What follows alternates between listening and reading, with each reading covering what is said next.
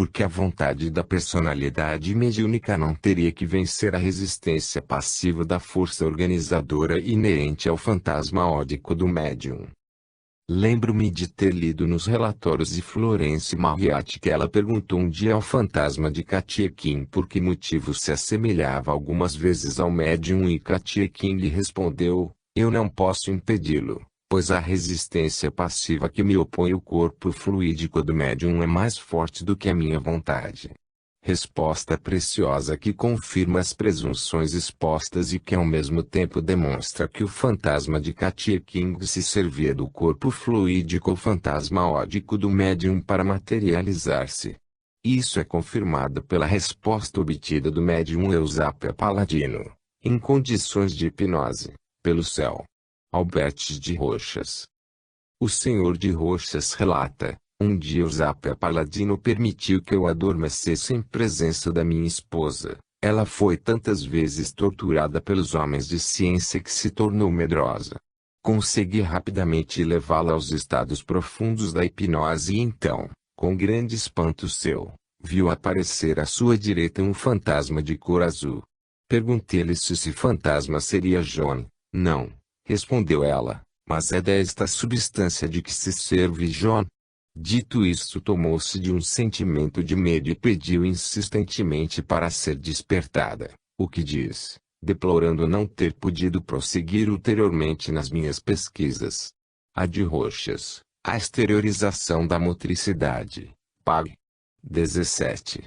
Assim se pronuncia de Rochas.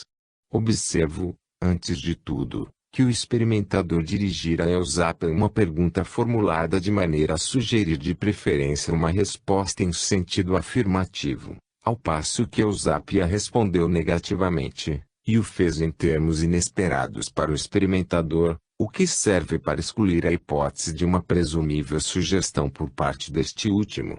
Isto posto, observo que a explicação fornecida por Eusápia a respeito de John, o qual se serviria do seu fantasma ódico para produzir os fenômenos físicos, se acha em perfeito acordo com a resposta de Katiekin.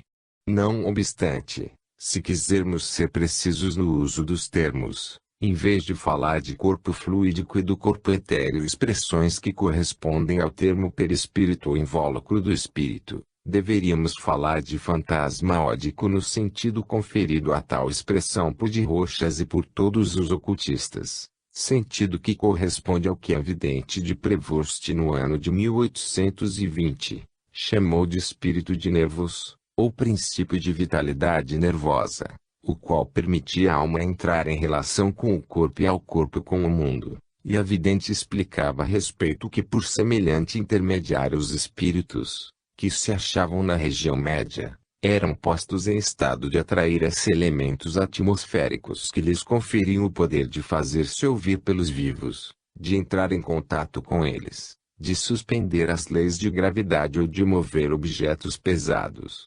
Observo que estas revelações da famosa vidente têm grande importância, pois foram, igualmente, fornecidas em termos equivalentes por uma sonâmbula do reverendo Werner, 1840, que afirmou que o organismo humano é vitalizado por um fluido nervoso, que é o intermediário indispensável para que a alma entre em relação com o mundo exterior, e que, por sua vez, acrescentara que depois da morte as almas não podiam libertar-se imediatamente do fluido nervoso, que as almas muito terrenas se saturavam dele com júbilo, porque o fluido nervoso lhes conferia o poder de retomar a forma humana e tornar-se visíveis aos vivos ou fazer-se notar por eles ou ainda entrar em contato com os mesmos, ou, enfim, produzir ruídos e sons na atmosfera terrena.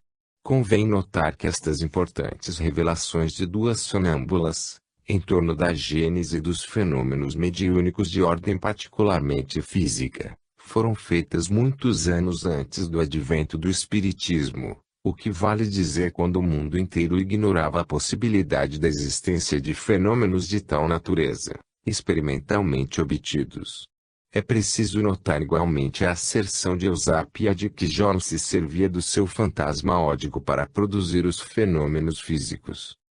À vista do que vem sendo exposto, chega-se à conclusão de que a questão formulada por Aksakov se mostra elucidável, desde que se concorde em que, nos casos de materializações de fantasmas com rostos em partes semelhantes ao do médium, se deva inferir que tal se dá porque o espírito se serve unicamente da substância ectoplásmica subtraída ao médium, evitando apoderar-se do seu fantasma ódico, sempre ressalvados os casos em que a vontade da entidade espiritual operante se revela a tal ponto poderosa que sobrepuja a resistência passiva oposta pela força organizadora imanente no fantasma ódico.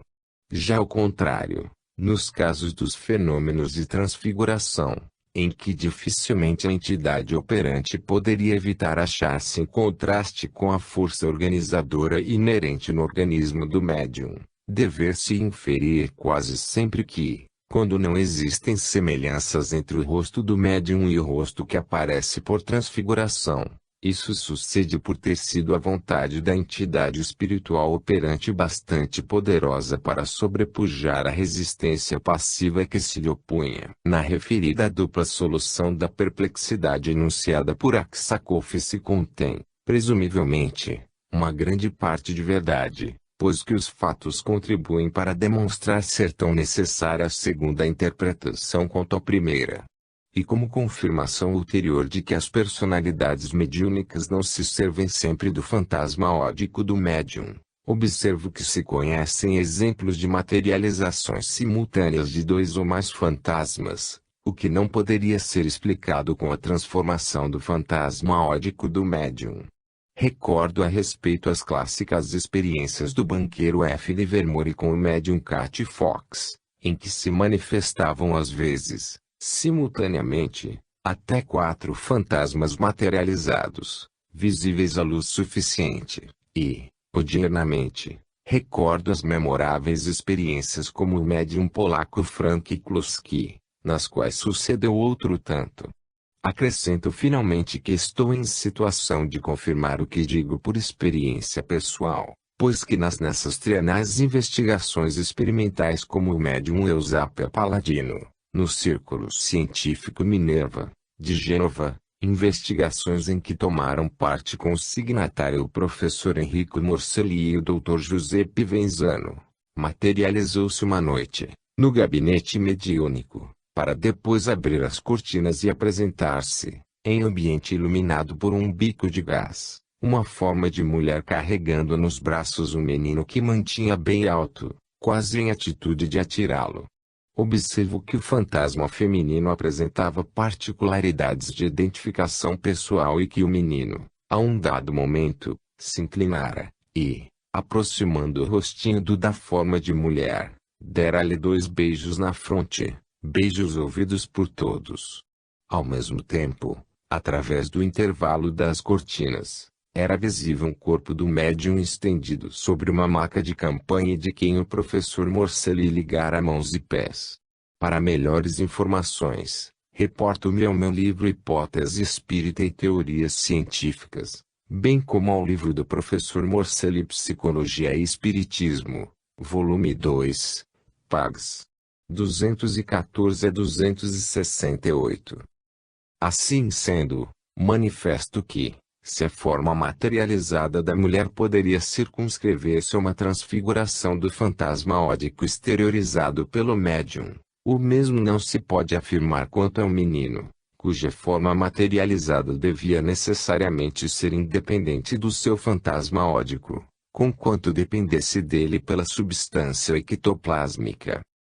Decorre daí que fica confirmado, na base dos fatos, que as personalidades espirituais dos defuntos podem bem deixar de recorrer ao fantasma ódico do médium, mas, por outro lado, fica não menos confirmado que, quando os fantasmas materializados se assemelham ao médium, isso se esclarece exclusivamente com a outra hipótese segundo a qual as personalidades espirituais se servem muitas vezes, para fins, do fantasma ódico do médium, hipótese que, como fiz notar, se mostra confirmada pela explicação em tal sentido fornecida pelo fantasma de Katia King, e pela observação análoga que fez Eusapia Paladino em condições de hipnose. Isto estabelecido, apresso-me a declarar que a argumentação exposta tem por único escopo resolver a questão levantada por Aksakov, e de nenhum modo de fazê-la valer em serviço exclusivo da tese espiritualista, como se poderia inferir de determinadas expressões por mim usadas, em que eu falo de entidades espirituais de defuntos, expressões a que recorri para melhor conformar-me ao quesito enunciado por Aksakov, mas compreende-se que, no investigar a gênese dos fenômenos mediúnicos, preciso é ter sempre presentes as duas soluções com que são susceptíveis de ser interpretados, segundo as circunstâncias, animismo e espiritismo. E isto tanto mais no nosso caso, em que se conhecem episódios de desdobramento de materializações de autênticos duplos dos médiuns, como se conhecem episódios de materializações de retratos, simulacros chatos de defuntos. E esta última classe de manifestações se mostra teoricamente interessante, porquanto traz confirmação à bem conhecida hipótese segundo a qual o pensamento e a vontade subconscientes dos médiuns, como o pensamento e a vontade conscientes dos defuntos, são forças plásticas, fato este último, entretanto, que não deve ser confundida com o outro fato precedentemente discutido, acerca do poder que teriam os espíritos desencarnados de modificar, à vontade, o seu corpo etéreo, de maneira a conferir ao mesmo os traços de um outro espírito, fato cuja possibilidade deve ser excluída, de acordo com as conclusões a que se chegou anteriormente, isto é, que a manifestação do próprio corpo etéreo sob forma visível e tangível, bem como animada e inteligente, depende de um automatismo da misteriosíssima força organizadora imanente em cada indivíduo e diferente em cada um, automatismo que reproduz mas não cria. E uma vez demonstrado que a vontade dos espíritos encarnados e desencarnados não tem poderes dirigentes sobre o automatismo funcional da força organizadora que plasma a vida nos mundos, uma vez demonstrado isto, resulta que, nas circunstâncias em discussão, em que não se trata, direi assim, de obras de arte em forma de retratos ou simulacros chatos de defuntos, mas sim de fantasmas organizados, vivos e inteligentes, é sempre necessário admitir a presença, in loco, do defunto que se manifesta com a identidade de semblante. Em outros termos, suponho ter demonstrado, baseado em provas por analogia, as três seguintes proposições teóricas: em primeiro lugar, que nas circunstâncias em que o fantasma materializado, vivo e inteligente, é criado e animado pelo pensamento e pela vontade subconscientes do médium, isso é necessariamente uma obra de desdobramento do médium, caso em que a força organizadora imanente no corpo etéreo não poderia deixar de modelá-lo automaticamente sobre a forma arquétipo particular ao médium. Em segundo lugar, que, nas circunstâncias em que o fantasma materializado, vivo e inteligente, é criado e animado pelo pensamento e pela vontade de um defunto, então, por motivo idêntico, não poderá deixar de modelar-se, mais ou menos fielmente, sobre a forma arquétipo peculiar ao defunto. Em terceiro lugar, que, nas circunstâncias em que a vontade subconsciente do médium ou a consciente do defunto se proponham a modelar a efígie de um terceiro indivíduo, vivo ou defunto, que lhes seja conhecido, elas conseguirão exteriorizar um simulacro plástico inanimado e nada mais, pois que, para criar o fantasma integral organizado, vivo e inteligente, deveria animá-lo com o seu próprio corpo etéreo, no qual existe imanente a força organizadora que o plasmou, a qual não poderia deixar de modelá-lo automaticamente sobre a própria forma arquétipo, impedindo-lhe a manifestação com traços outros que os seus próprios. Tais deduções parecem claras, precisas, e irrefutáveis, pelo fato anteriormente discutido e demonstrado, isto é, que a criação de um fantasma materializado, vivo e inteligente, ou de um rosto obtido por transfiguração, são obra de um automatismo da força organizadora imanente nos seres vivos e diferente em cada um deles. Daí decore que quem pretenda impugnar as minhas proposições deverá demonstrar-me que a lei em apreço, regedora dos fenômenos das materializações mediúnicas, lei por mim enunciada e discutida nos comentários ao caso 11, é uma criação da minha fantasia, empresa assaz difícil para quem quiser basear-se em provas.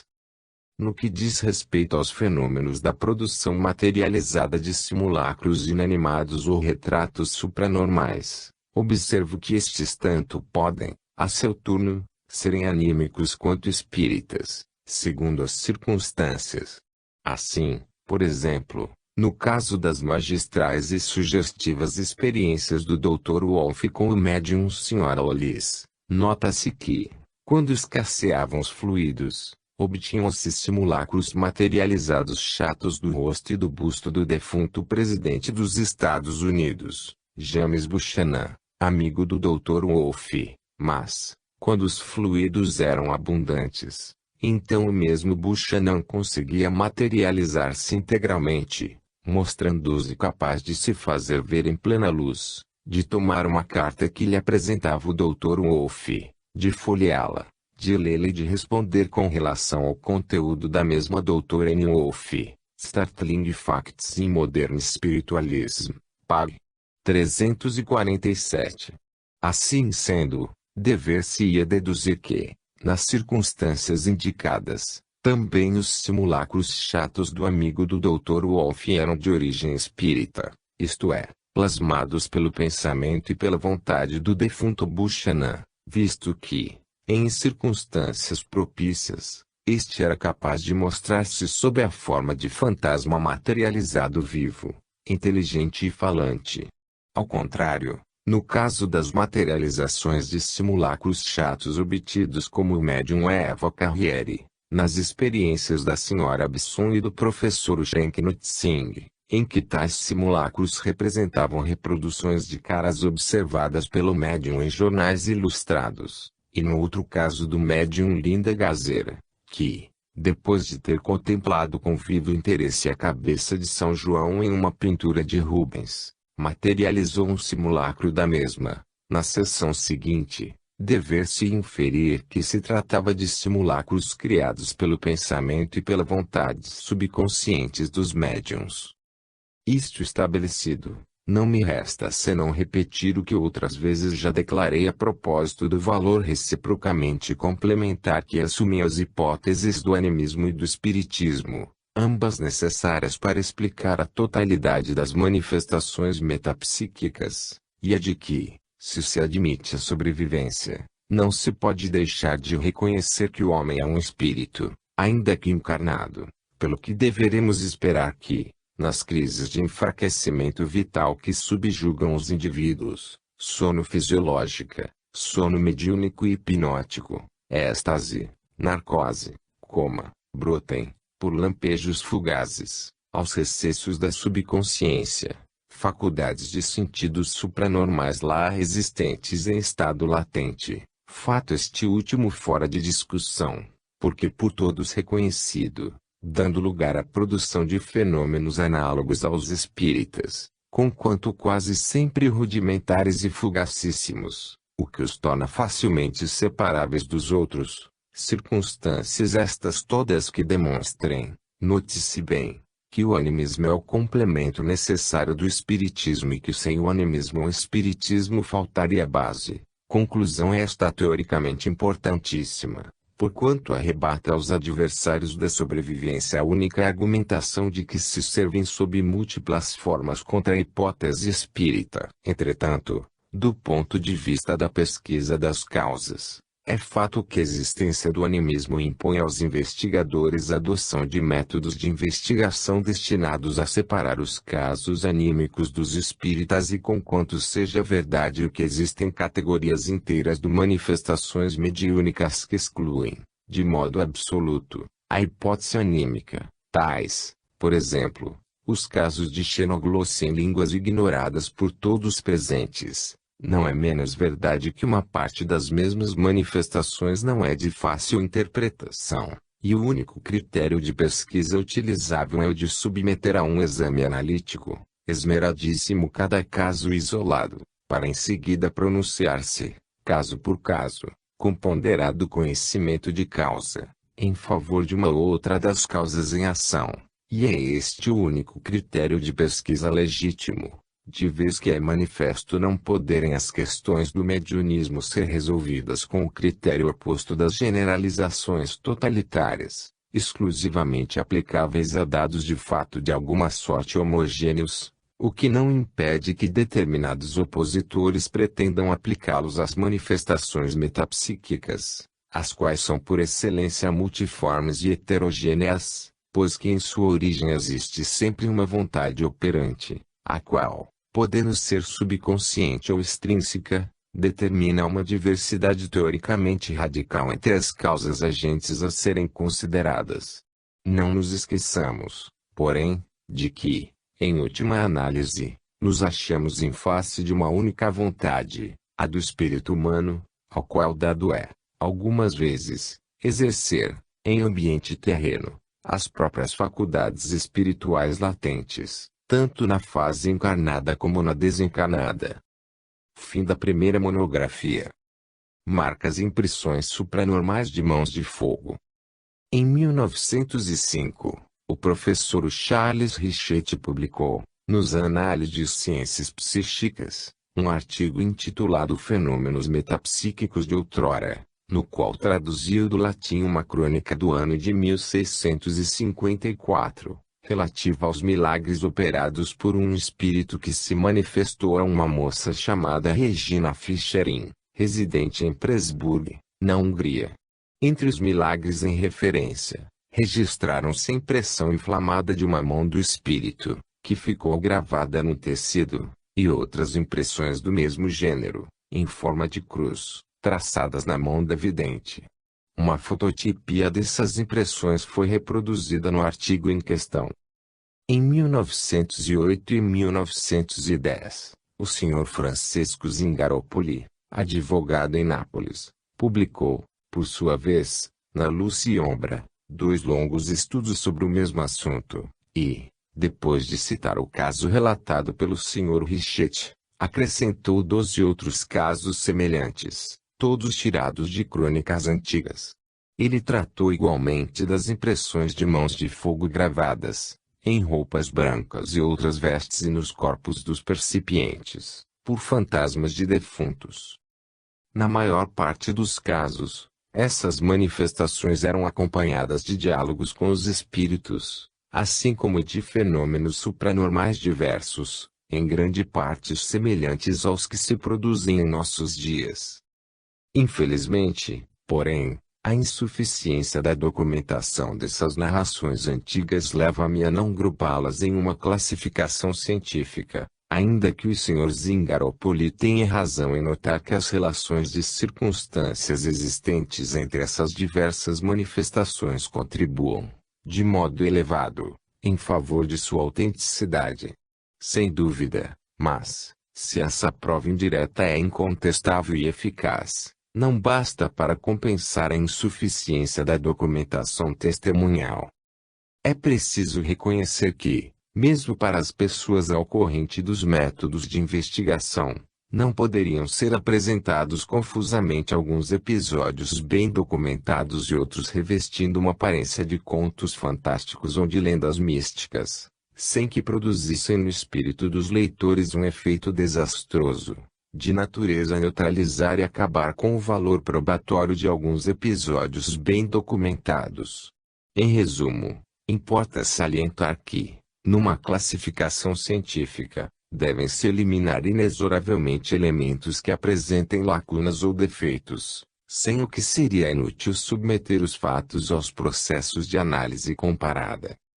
De qualquer forma, observarei sempre a respeito dos fatos em questão que, mesmo que se quisesse relegar para as lendas místicas quase todos os casos que as compõem, o que não constituiria uma decisão racional, eles não deixariam, entretanto, de apresentar certo interesse introdutivo.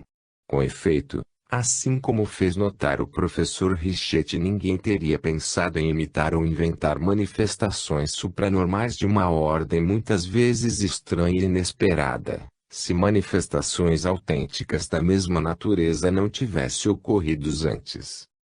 Ora, como tudo contribui para demonstrar que o mesmo deve acontecer em nosso caso, pareceu-me oportuno colecionar, analisar e comparar alguns episódios desta categoria, buscando e examinando sua autenticidade e origem.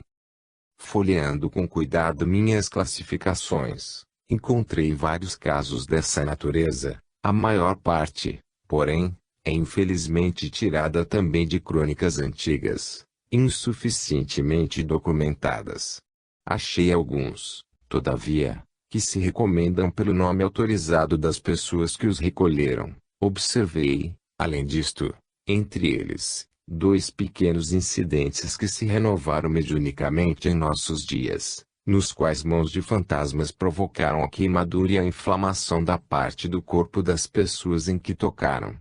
Só se trata de pequenos incidentes, repito, mas que são de natureza incontestável. Por consequência, se os considerarmos conjuntamente com alguns outros fenômenos da mesma espécie, que estão bem documentados e que incluem neste trabalho, parece-me que eles autorizam a concluir que os casos das impressões supranormais de mãos de fogo constituem manifestações autênticas mediúnicas. Não se poderia, certamente, explicar o fenômeno supondo que as impressões de mãos de fogo provam a presença de espíritos que ardem nas chamas do purgatório ou do inferno, conclusões que satisfaziam completamente os teólogos dos séculos passados. É, pois, útil procurar verificar em que consiste a natureza provável desse fenômeno tão estranho e perturbador. Caso 1. Começo por mencionar os fatos, apresentando antes um resumo do caso narrado pelo professor Richet, assim como dois outros bem documentados, citados pelo Dr. Zingaropoli. A crônica latina traduzida pelo professor Richet foi pela primeira vez publicada em 1654, por ordem de Monsenhor Jorge Lipai, arcebispo de Stigonte. Ela está guardada no venerável capítulo de Peste.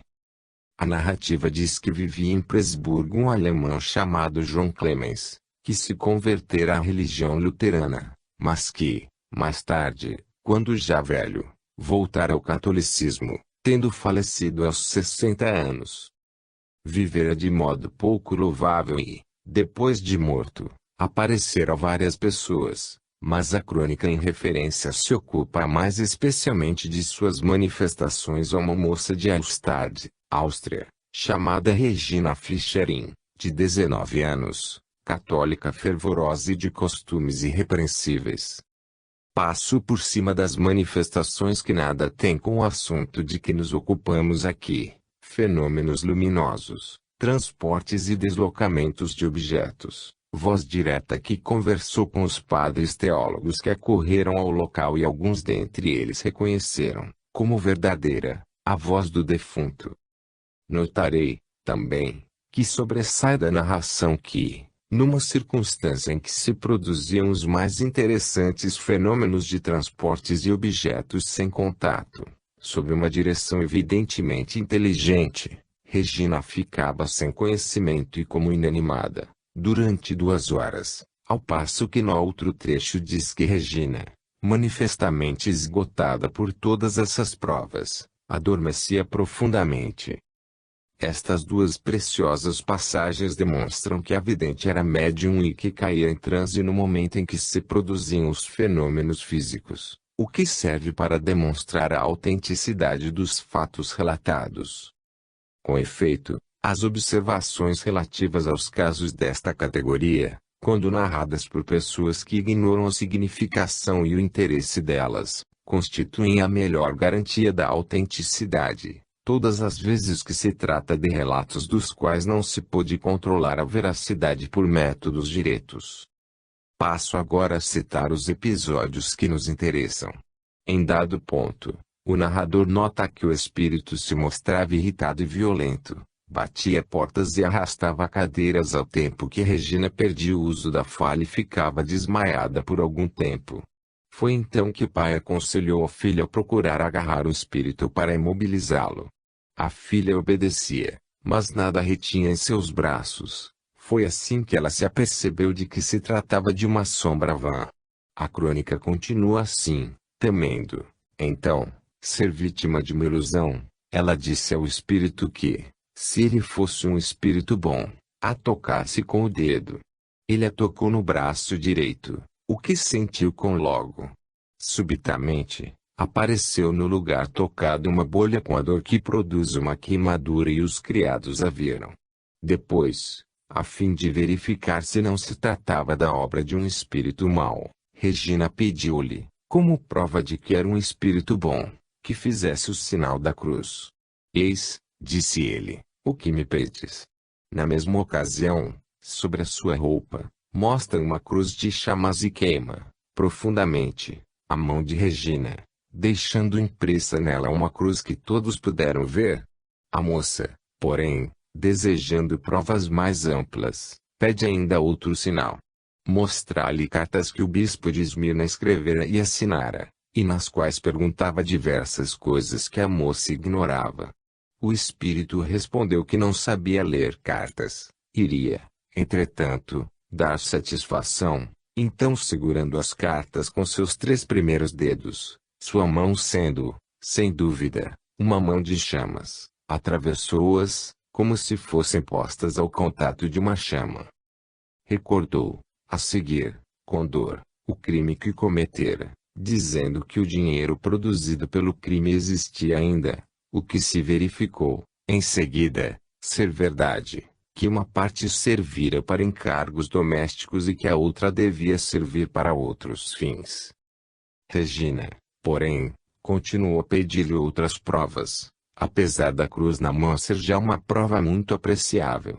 Isto, todavia, não bastou a Regina que, para ficar certa da presença de um espírito bom, lhe pediu que fizesse o mesmo sinal em uma moeda. O espírito obedeceu, tomou a moeda, jogou-a no chão e arrancando das mãos da moça um pano, atirou sobre ela, depois, segurando-lhe uma das mãos, com força e, queimando-a profundamente, como dantes, nela imprimiu o desenho de uma tríplice cruz. Eis outro sinal, disse ele, e isto fez com tanta força que a chama atingiu o coração da moça e foi tocar na parede que estava defronte. Regina tombou desmaiada. Sua irmã viu e ouviu tudo isto, e mais tarde os criados puderam ver, com seus próprios olhos, as queimaduras produzidas no pano e na moeda. E muitas pessoas puderam ver e tocar as marcas no pano, o dinheiro, assim como as cartas queimadas. O fato é extraordinário, primeiro porque uma cruz e uma impressão de mão direita ficaram marcadas, em seguida porque a marca de fogo não ultrapassou seus traços. Embora, no pano que arde, o fogo tenha tendência para estender-se. Finalmente, a mão direita, que ficou marcada, representa exatamente a mão direita de Clemens, como se fosse sua mão material. Com efeito, quando vivo, uma parte do dedo indicador fora cortada por um cirurgião, devido a uma enfermidade que se chama vermes, o que se verificou na marca supranormal produzida. A narração desses fatos é antes confusa e em parte insuficiente, mas não se poderia pretender de um narrador de há 3 séculos a precisão científica nem a clareza literária que se exigiria em uma narração moderna dos fenômenos metapsíquicos. Assim, por exemplo, o fenômeno mais importante, o da mão em brasa que ficou gravada na fazenda, é nela relatado de modo imperfeito. Felizmente, essa impressão de mão foi conservada até nós e testemunha a autenticidade do fenômeno e da perfeita conformação da impressão obtida com a prova de identificação constituída pela falta da falangeta do dedo da mão direita. O professor Charles Richet analisa o caso com uma prudência extrema, distinguindo os fenômenos que teriam sido produzidos pela intervenção consciente de Regina daqueles em que sua intervenção parecia muito duvidosa ou inadmissível. Notarei, todavia, que, em sua análise das circunstâncias favoráveis à autenticidade supranormal dos fatos, Richetti não considerou que Regina caía em transe no momento em que eram produzidos os mais importantes fenômenos físicos. Também se esqueceu da voz direta que foi reconhecida por alguns padres como sendo a do falecido João Clemens. A propósito dos fenômenos que estudamos aqui, escreve o professor Richetti, os fenômenos relativos à impressão da mão de fogo no pano e do estigma em forma de cruz na mão são de explicação um pouco delicada. Certamente que não é impossível reproduzir-se marcas de fogo em cartas, mas numa fazenda, fazer a impressão de uma mão, semelhante ou não à mão do defunto Clemens, é coisa um pouco mais difícil e seria uma fraude habilíssima, se tivesse havido fraude. Imprimir num pano de linho a marca de uma mão que queima o tecido é outra coisa. Não se pode contestar, creio, que a marca foi feita. Tudo bem considerado, o professor Richetti termina dizendo que os fatos estão provados e que a narração é verdadeira. Quanto à interpretação de alguns desses fatos, escreve: há também as bolhas e a marca de uma cruz na mão de Regina. Não acreditamos a que se trate de fenômenos simulados ou falsificados, porque sabemos, de fonte limpa, que os estigmas podem aparecer nos histéricos, com formas determinadas, sob a influência de uma emoção moral ou de um delírio religioso. São fatos cientificamente estabelecidos, provando apenas a influência das emoções cerebrais sobre a circulação e o tropismo da pele. Esta interpretação poderia ser admitida para a bolha no braço e para a cruz na mão, mas como servir ela para o mesmo fenômeno capital da mão de fogo que ficou gravada no pano? Aqui, a tese dos estigmas por autossugestão não tem lugar. E, se assim é, se esta hipótese não pode explicar o conjunto dos fatos, não deverá ser admitida para a bolha no braço e a cruz na mão, tanto mais que, nas circunstâncias em apreço, a vidente não pensava de modo algum na possibilidade de produzir esses fenômenos, e não podia, pois, autossugestionar-se graças a uma emoção moral intensa nesse sentido. Reservo-me para discutir mais amplamente o assunto nas conclusões que tirar dos fatos, buscando a origem provável de cada um. Caso 2. Este outro caso, que extraio da monografia do Sr. Zingaropoli, da qual fiz alusão, Luciombra, 1910. Pags. 4647. Refere-se a impressões de mãos de fogo que estão guardadas ainda no convento das religiosas de Santa Clara, de Todi, na Hungria. Escreve o Sr. Zingaropoli, o padre Vejoete, missionário apostólico, fundou em Roma, Lungo Tevere Pratosi, um museu de coisas de além-túmulo. Apresenta aos seus visitantes preciosos objetos e documentos relativos a diferentes manifestações de mortos. Possui centenas de gravuras de épocas diversas, quadros e livros antigos. A parte, porém, mais curiosa da coleção em questão consiste nas fotografias de impressões de mãos de fogo, coleção que, diz ele, aumenta cada dia. Várias dessas figuras, acompanhadas de artigos destinados a ilustrá-las, são reproduzidas na revista mensal O Purgatório, visitado pela Caridade dos Fiéis. O número de abril de 1908, pág. 114, trata das famosas impressões de mãos de fogo que estão guardadas no convento da Santa Clara, de Todi. A protagonista do memorável fato foi Clara Teresa Fornari, nascida em Roma, a 25 de junho de 1637, abadesa do convento de Santa Clara, de Todi, morta em 1744, com cheiro de santidade. O processo de beatificação se acha em andamento, ela já é venerável. Cedo agora a palavra ao padre Joete, que expõe as impressões de sua visita a esse convento. Sexta-feira, 17 de julho de 1901, tivemos a consolação de parar em Todi, província de Perugia, no convento das Irmãs Clarissas, onde se santificou, há cerca de 2 séculos, a venerável Clara Isabel Fornari, cujos numerosos milagres lhe valeram processo de beatificação e canonização junto à Santa Congregação de Roma. Com uma carta de recomendação de Sua Eminência, o Cardeal José Vives Y. Tuto, a Monsenhor Rudolfo Bispo de Todi, pudemos ver, com nossos próprios olhos e segurar com nossas próprias mãos, entre outras relíquias e outras lembranças preciosas, os traços ainda distintos e intactos que deixaram, em objetos e roupas da venerável Clara Isabel Fornari, as mãos de fogo do falecido reverendo Padre Panzini, abade clivetano de Mantua, alguns minutos antes de ser liberto do purgatório. A reverenda Madre Clara Isabel Patrizi, atual abadesa do convento, depois de ter admirado algumas fotografias reproduzidas em nossa revista, permitiu-nos amavelmente fotografar, pela primeira vez, depois de 170 anos de existência, esses documentos de tão alto interesse para o nosso Museu de Além Túmulo e para nossa Associação Pia. A tábua de madeira, no qual o defunto deixou a marca de fogo de sua mão esquerda e traçou, com o polegar da mão direita, uma cruz de fogo, servia a venerável irmã Clara Isabel para a preparação das imagens em cera do Menino Jesus.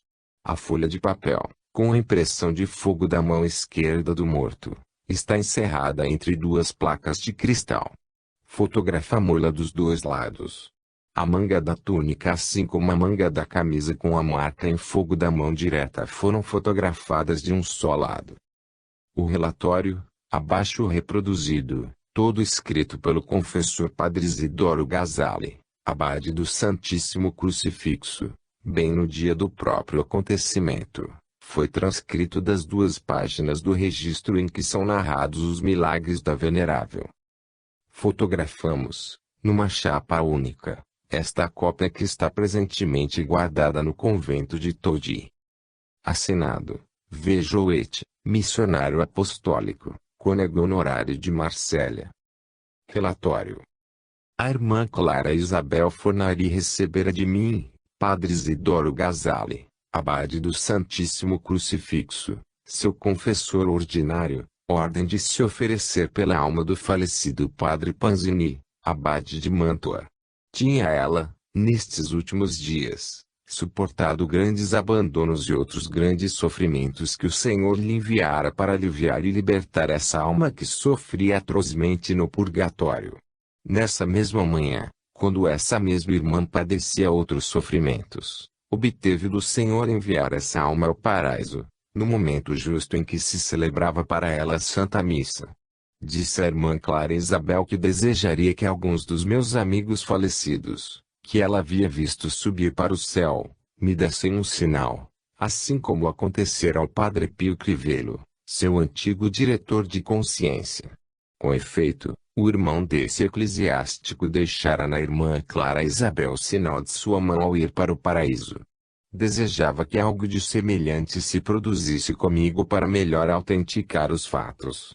E Deus permitiu que a alma do meu amigo me trouxesse o consolo almejado porque ele apareceu à irmã Clara Isabel quando eu celebrava a missa e muito exortou-a a sofrer, agradecendo-lhe as promessas generosas que ela fizera em sua intenção e a mim mesmo pela celebração dos santos sacrifícios. Essa alma assegurou à irmã Clara Isabel que lhe guardaria eterno reconhecimento porque, graças à sua intervenção, o Senhor lhe abreviara as penas do purgatório. Isto dizendo, colocou a mão sobre a mesinha que a irmã Clara Isabel tinha diante de si, para a confecção das imagens do menino Jesus em cera e imprimiu nessa mesinha o sinal da cruz, assim como as almas do purgatório têm o costume de fazer ao passo que as almas condenadas não o fazem nunca. De qualquer modo, a cruz e a mão ficaram gravadas na mesinha. A aparição segurou, em seguida, irmã Clara Isabel pelo braço e com a outra mão uma folha de papel. Foi assim que a verdadeira mão do abade Panzini ficou impressa no braço, no camisa, na túnica e numa folha de papel.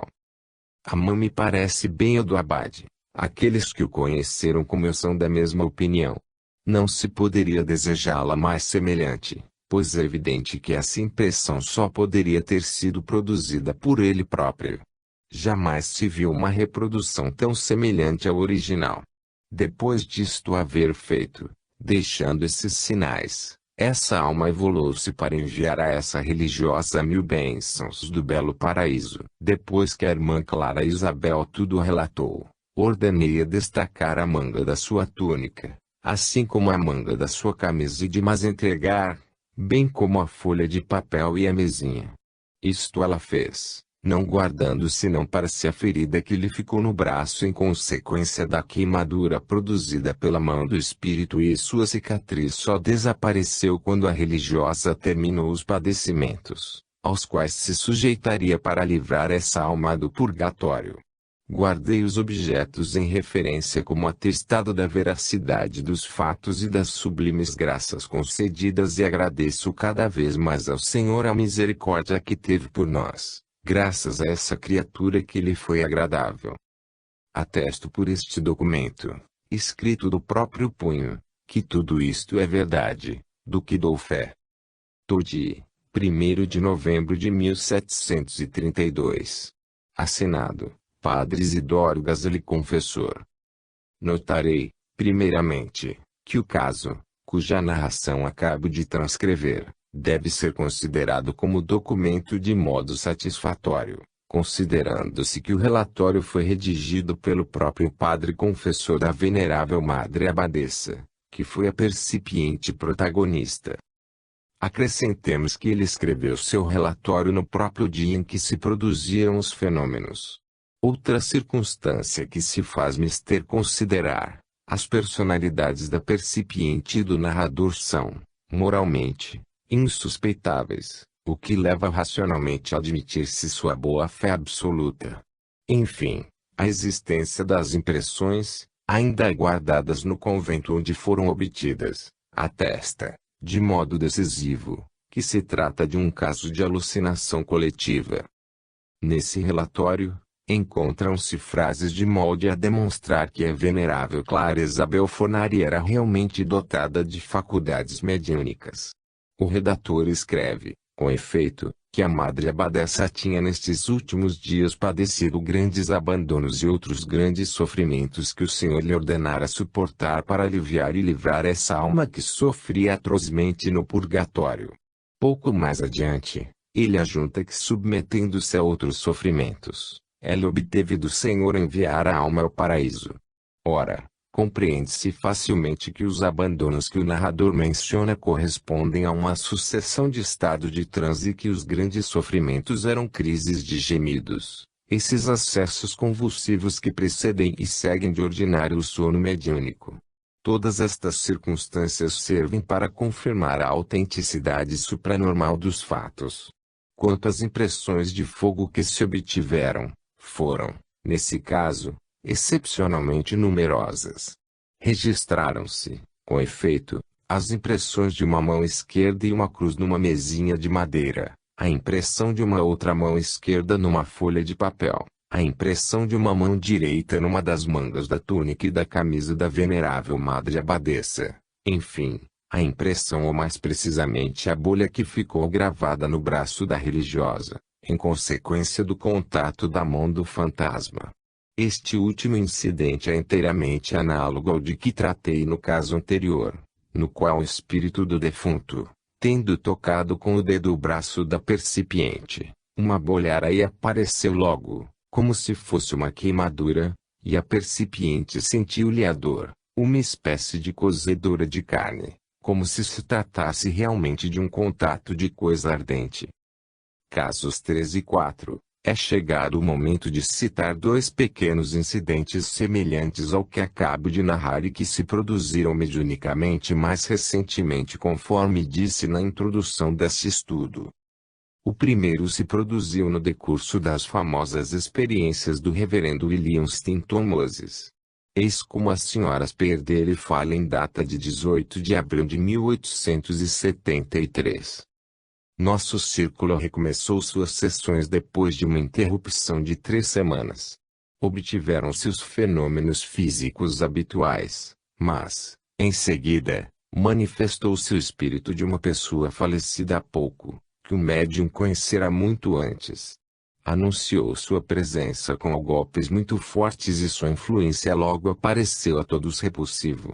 O médium via o espírito sentado no tamborete de harmônio, olhando em atitude zombeteira.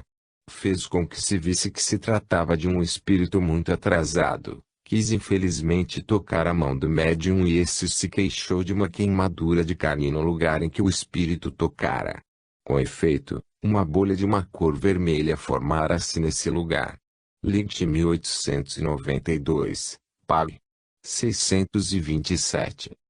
O segundo dos incidentes aconteceu em Leipzig, na casa do engenheiro Paura, tendo sido registrado no número de julho do Die Ebersinnliche Welt. Foi numa sessão com o famoso médium de transportes Heinrich Meuser, de Dresden, que foi encerrado num saco guarnecido de mangas e de uma abertura onde introduziu a cabeça.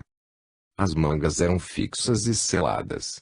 Obtiveram-se numerosos transportes, entre os quais 2 plantas inteiras, com os vasos onde tinham sido plantadas. Os ramos e os botões foram achados intactos, ainda que uma das plantas fosse de uma espécie extremamente delicada.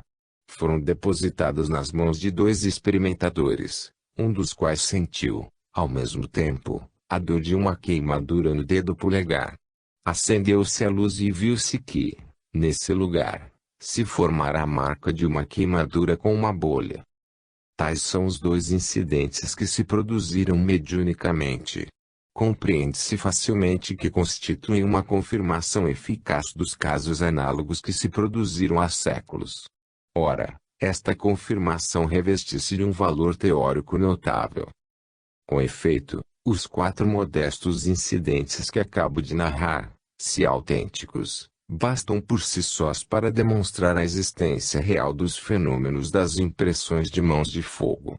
Por outro lado, os 2 casos de natureza mediúnica servem, também, para eliminar a hipótese dos estigmas por autossugestão, considerando-se que é necessário excluir deles toda forma de crise emotiva nos percipientes, que não esperavam, de modo algum, o que se ia produzir. Demais, estando esses experimentadores familiarizados, de há muito, com os fenômenos mediúnicos, assistiam às manifestações com perfeita serenidade de espírito.